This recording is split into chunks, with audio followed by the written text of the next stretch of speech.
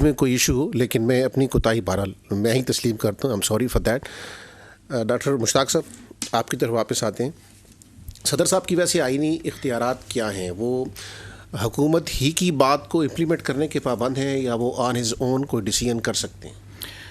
دیکھیں، یہ دو طرح کا حکومتی نظام ہوتا ہے عام طور پر دنیا میں. ایک پارلیمانی نظامی حکومت ہوتا ہے جس میں پارلیمان کو بنیادی حیثیت حاصل ہوتی ہے اور وزیر اعظم اور دیگر وزراء وہ پارلیمان کا حصہ ہوتے ہیں اور حکومت انہی وزراء کو کہا جاتا ہے اور وزیر اعظم اس کے سربراہ ہوتے ہیں. ایسے میں اگر صدر کے نام سے یا کہیں بادشاہ یا ملکہ کے نام سے یا کوئی اور عہدہ ہوتا ہے تو وہ محض نام کا ہوتا ہے، نمائشی ہوتا ہے اور اس کی کچھ سیریمونیل سگنیفیکنس ہوتی ہے، لیکن عملاً وہ وزیر اعظم اور کابینہ کے مشورے سے ساری بات چلتی ہے. دوسری جانب ایک صدارتی نظام ہوتا ہے جس میں صدر کو لوگ براہ راست یا مختلف طریقوں سے منتخب کرتے ہیں، پھر صدر اپنی مرضی کی کابینہ بناتا ہے اور پھر یعنی وہ صدر سربراہ حکومت بھی ہوتا ہے، سربراہ ریاست بھی ہوتا ہے، تو اس میں سارے پاورز اسی کے پاس ہوتے ہیں. اچھا، اب دلچسپ بات یہ، پارلیمانی نظام آیا ہے برطانیہ سے، صدارتی نظام آیا ہے امریکہ سے. اب پیچھے ایک اور مسئلہ پیدا ہو جاتا ہے کہ برطانیہ میں جو ریاستی نظام ہے وہ وحدانی ہے، یونٹری اسٹیٹ جس کو کہا جاتا ہے، اور امریکہ میں جو ہے وہ وفاقی ہے، فیڈرل ہے. وہاں کانسٹیٹیوشن کے تحت فیڈریشن میں اور یونٹس میں پاورز ڈسٹریبیوٹ کیے گئے ہیں اور آئین کو ان کے درمیان ایک معاہدے کی حیثیت حاصل ہے. اب وہاں سپریم کورٹ کا رول اہم ہو جاتا ہے کیونکہ وہ یہ دیکھتی ہے کہ یہ جو ریاستوں اور وفاق کے درمیان معاہدہ ہوا ہے اس کی خلاف ورزی نہ ہو اور ہر ادارہ اپنے حدود کے اندر رہ کر کام کرے. تو اگر وہ دیکھے کہ کانگریس نے قانون بنایا ہے لیکن وہ ایسے موضوع پر ہے جس کے لیے آئین میں کانگریس کو اختیار نہیں دیا گیا تھا، تو سپریم کورٹ کہے گی آپ نے اپنے حد سے تجاوز کیا. اس کو جوڈیشل ریویو کہتے ہیں. اچھا، اب ہمارے ہاں عجیب معاملہ یہ ہے کہ جو ریاستی نظام ہے وہ ہے فیڈرل، یعنی امریکہ سے آیا ہوا ہے. جو حکومتی نظام ہے وہ ہے پارلیمانی، جو آیا ہے برطانیہ سے. تو ہم نے دونوں کو مکس کیا ہے.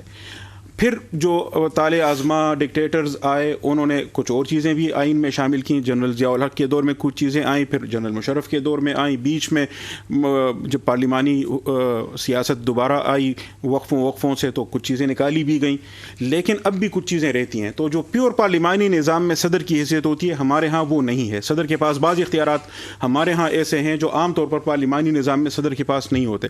اس لیے سپریم کورٹ کو تفصیل سے بتانا پڑا کہ کچھ معاملات ایسے ہیں جن میں صدر یعنی اب مثال کے طور پر یونیورسٹیوں کا وہ چانسلر بھی ہوتا ہے تو اس میں وہ وزیر اعظم کے مشورے کا پابند نہیں ہوتا. اچھا، کچھ معاملات ایسے ہیں جن میں وہ کابینہ سے چیز جاتی ہے، صرف وزیر اعظم کی طرف سے ہی نہیں، اور بہت سارے امور میں اس کو وزیر اعظم کے مشورے پر چلنا پڑتا ہے. اس لیے الگ الگ دیکھنا ہوتا ہے. یہ جو پرٹیکولر معاملہ ہے اس میں اگر آپ آئینی اسکیم کو دیکھیں تو اس میں تو صدر کی حیثیت اس پرٹیکولر معاملے میں نمائشی ہے، یعنی اس میں اصلاً تو صدر کا کوئی رول نہیں ہونا چاہیے تھا. اب ہوا یہ ہے، دو چیزیں ہیں، یعنی ایک تو جو 2017 کا الیکشنز ایکٹ ہے اس میں دفعہ 57 میں صدر کے متعلق یہ جو کہا گیا ہے کہ وہ انتخابات کی تاریخ مقرر کرے گا الیکشن کمیشن کے ساتھ مشاورت کے بعد. تو اگر اس کو آپ آئین اور اس پوری اسکیم سے ہٹا کر دیکھیں تو پھر تو آپ کہیں گے کہ صدر کے پاس ہے اختیار.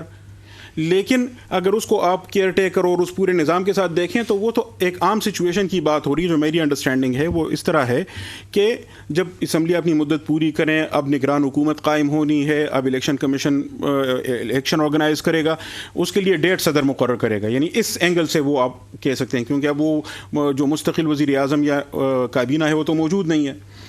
لیکن یہاں دوسری بات ایڈ کریں کہ جو ابھی آپ نے کچھ دیر پہلے سوال بھی کیا تھا محترمہ سے کہ گورنر نے ڈیٹ نہیں دی جو ان کو دینی چاہیے تھی. گورنر کی پوزیشن یہ ہے کہ آئین میں وہاں تو ذکر ہے جہاں میں اسمبلی توڑ دوں وزیر اعلیٰ کے مشورے پر، تو وہاں تو بتایا گیا کہ گورنر نے ہی ڈیٹ دینی ہے.